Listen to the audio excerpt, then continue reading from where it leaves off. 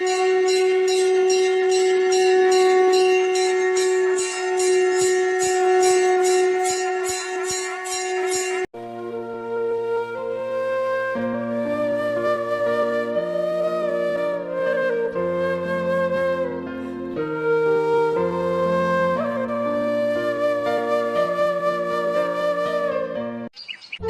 कथाओं के अनुसार महावीर हनुमान जी को शिव जी का 11वां रुद्र अवतार कहा जाता है।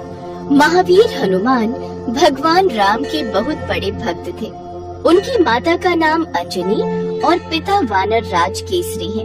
इस कारण उन्हें आंजुनाई और केसरी नंदन आदि नामों से भी पुकारा जाता है। तो आइए हनुमान का जन्म कैसे हुआ, ये हम इस कहानी के द्वारा समझने की कोशिश करते हैं। एक बार अयोध्या के राजा दशरथ अपनी पत्नियों के साथ पुत्रेष्टि का हवन कर रहे थे। ये हवन पुत्र प्राप्ति के लिए किया जाता है। हवन समाप्ति के बाद पंडित ने प्रसाद की खीर राजा दशरथ की तीनों पत्नियों में बांट दी। लेकिन तभी कहीं से वहाँ एक चील आ गई और उसने खीर का एक भाग अपने साथ ले लिया और उसे अपने साथ उस स्थान पर ले गई जहाँ अंजनी माता तपस्या कर रही थी और उसके सामने ले जाकर रख दिया। ये सब भगवान शिव की और वायु की इच्छा अनुसार हो रहा था। आंखें खोलो माते और इस प्रसाद को ग्रहण करो, इससे तुम्हारी इच्छा जरूर पूरी होगी। प्रसाद? लेकिन ये किसने दिया? बस यूँ समझ लो, ये महादेव का आशीर्वाद है तुम पर। अंजनी ने उस प्रसाद को ग्रहण कर लिया। फिर अगले दिन माँ अंजनी एक पर्वत पर खड़ी थी और सूर्य देव की तेज मिली थी। लेकिन तभी वहाँ बहुत तेज हवा चलनी शुरू हुई। हवा का वेग इतना तीव्र था कि उनके वस्त्र उड़ने लगे। उन्होंने सोचा ये जरूर किसी दानव की उदंडता हो सकती है। वो क्रोधित होकर बोली, ये कौन दानव है जो मेरी जैसी पति परायण स्त्री का अपमान करने की चेष्टा कर रहा है? तभी वहाँ उनके समक्ष पवन देव प्रकट हुए और क्षमा याचना करते हुए बोले, देवी शांत हो जाए। दरअसल आपके पति को जो वरदान प्राप्त है उसके अनुसार आपको मेरे समान एक शक्तिशाली बलशाली पुत्र की प्राप्ति होगी। इसी वरदान को पूर्ण करने के लिए मुझे आपके शरीर को स्पर्श करना पड़ा।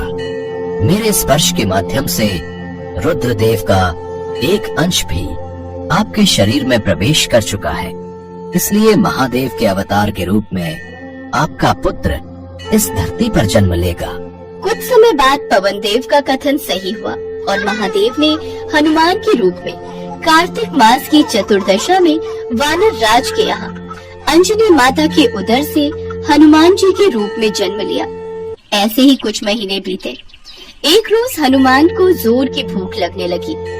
मातेश्री, मैं बहुत जोर की भूख लगी है, हमें कुछ खाने को दो ना। हम अभी तुम्हारे लिए फल लेकर आते हैं। लेकिन माँ अंजनी को आने में थोड़ी देर हो गई और हनुमान से भूख बर्दाश्त नहीं हुई। उनकी नजर पेड़ से झांकते हुए लाल सूरज पर गई। अरे वाह, ये तो कितना लाल फल है, निश्चित ही ये बहुत मीठा होगा। ये सोचकर हनुमान आकाश की ओर उड़ गए। लेकिन उस रोज अमावस्या का दिन था, जिस कारण सूरज को ग्रस्त नहीं राहु आया था। किंतु हनुमान को देख उन्हें ऐसा प्रतीत हुआ कि ये भी कोई दूसरा राहु है, इसलिए वो वहाँ से चुपचाप चले गए।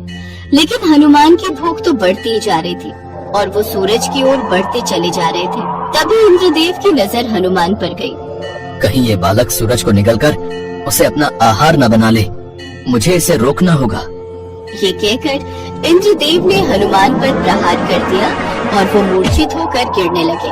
तभी पवन देव ने वहाँ आकर उन्हें थाम लिया और गुस्से में उन्होंने हर प्राणी मात्र की वायु का संचार रोक दिया। तभी वहाँ सभी देव प्रकट हुए और उन्होंने पवन देव को ऐसा करने से रोका। फिर सभी देवों ने हनुमान जी को वर दिया। मेरा वरदान है कि ये अमित आयु रहेगा। मेरा वरदान है कि ये कभी भी वज्र से परास्त नहीं होगा। मेरे सताश तेज से ये हर कला में युक्त और संपूर्ण शास्त्रों का विशेषज्ञ होगा। मेरे वरदान से ये पाश और जल से अभय रहेगा।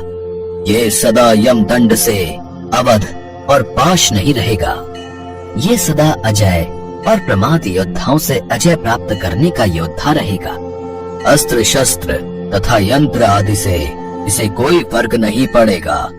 इस प्रकार सभी देवों द्वारा हनुमान जी बेहद शक्तिशाली हो गए और इस प्रकार आगे जाकर जो उन्होंने काम किए वो सभी प्रकार के हनुमान भक्तों में प्रसिद्ध हैं। तो ये थी हनुमान जी की संपूर्ण कथा।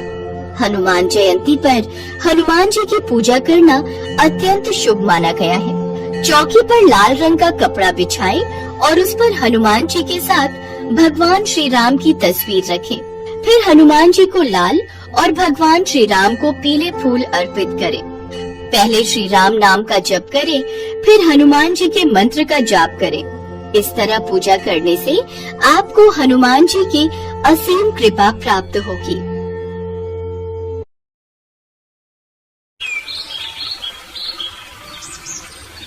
सीतापुर गांव में एक बहुत पुराना हनुमान मंदिर था। वहां के पंडित राम नारायण जी बहुत ही सालों से उस मंदिर की सेवा कर रहे थे। वो हनुमान जी के बहुत बड़े भक्त थे। बोलो बजरंग बली की जय। हम सभी भक्तों पर अपनी कृपा बनाए रखना प्रभु, आपकी सदा ही जय हो। राम राम पंडित जी। राम राम बेटा, ये लो हनुमान जी का प्रसाद। ये लो बेटी, तुम भी लो। राम राम पंडित जी, अब तबीयत कैसी है? सुना था आप बहुत बीमार थे। मौसम है सर्दी का, ये तो चलता ही रहता है। थोड़ी सर्दी खांसी और जुकाम हो गया था बस। ठीक तो मुझे होना ही था। हनुमान जी मुझे याद कर रहे थे, उन्होंने ही जल्दी ठीक कर दिया और मैं मंदिर आ गया। आपकी सारी चिंताओं का समाधान अब हो ही गया समझो। राम राम पंडित जी। राम राम जमींदार साहब। आज सुबह सुबह पंडित जी, अब मैंने सोच लिया है कि आपको भी थोड़ा आराम चाहिए, इसीलिए आपका हाथ बटाने के लिए मैंने शहर से केशव को बुलाया है। मेरे साले जयप्रकाश के घर के पास ही मंदिर में एक पंडित जी हैं, उनका बेटा है केशव।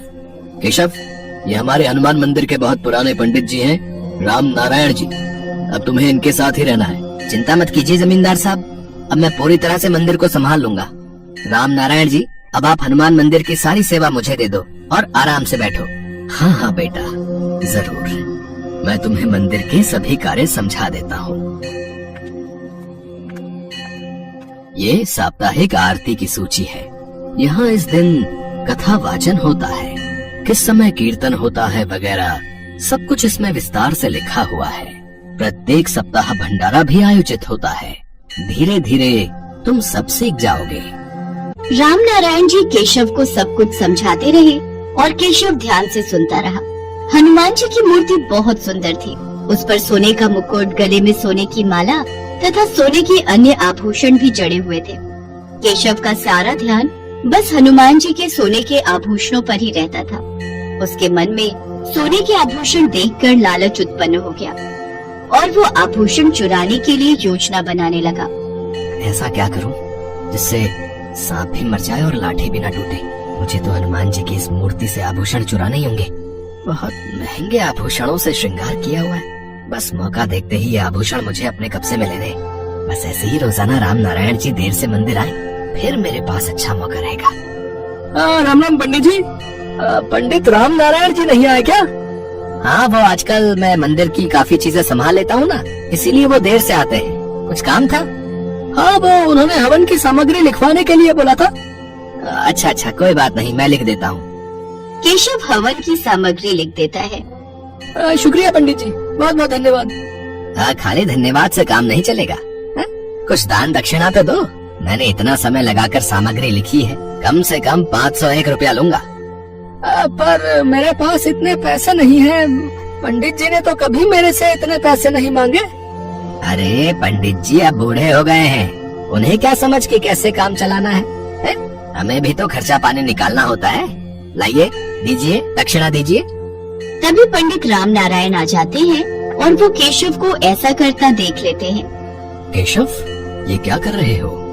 ये ठीक नहीं। मंदिर में आज तक इस तरह से बेमतलब दान दक्षिणा कोई नहीं लेता, और अभी तो हमने हवन किया भी नहीं है, तो फिर किस बात के पैसे तुम दे रहे हो?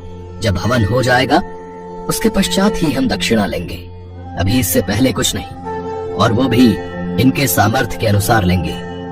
राम राम पंडित जी, बहुत बहुत धन्यवाद, मैं चलता हूँ।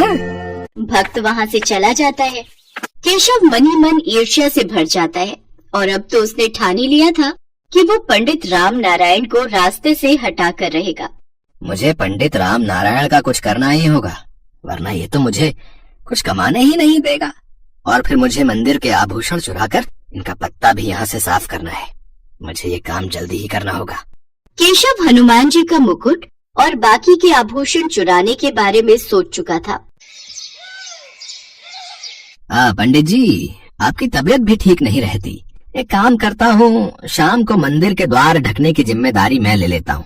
आप समय से घर चले जाया करो, वैसे भी सर्दी का मौसम हो रहा है। ठीक है बेटा, जीते रहो। पंडित राम नारायण शाम की आरती के बाद अब जल्दी घर जाने लगे। पीछे से केशव मौका तलाशने लगा और एक दिन उसे मौका मिल ही गया और वो हनुमान जी के मंदिर से आभूषण की चोरी करके वहाँ से भागने लगा। अरे अरे, कौन है? कौन है? छोड़ो मुझे, कौन है? केशव जैसे ही पीछे मुड़कर देखता है, साक्षात महावीर हनुमान उसके पीछे खड़े थे। अरे, मेरा मुकुट और मेरे आभूषण चुराकर कहाँ भाग रहा है? तुझे ऐसे थोड़ी जाने दूंगा। ला, मेरे आभूषण वापस कर।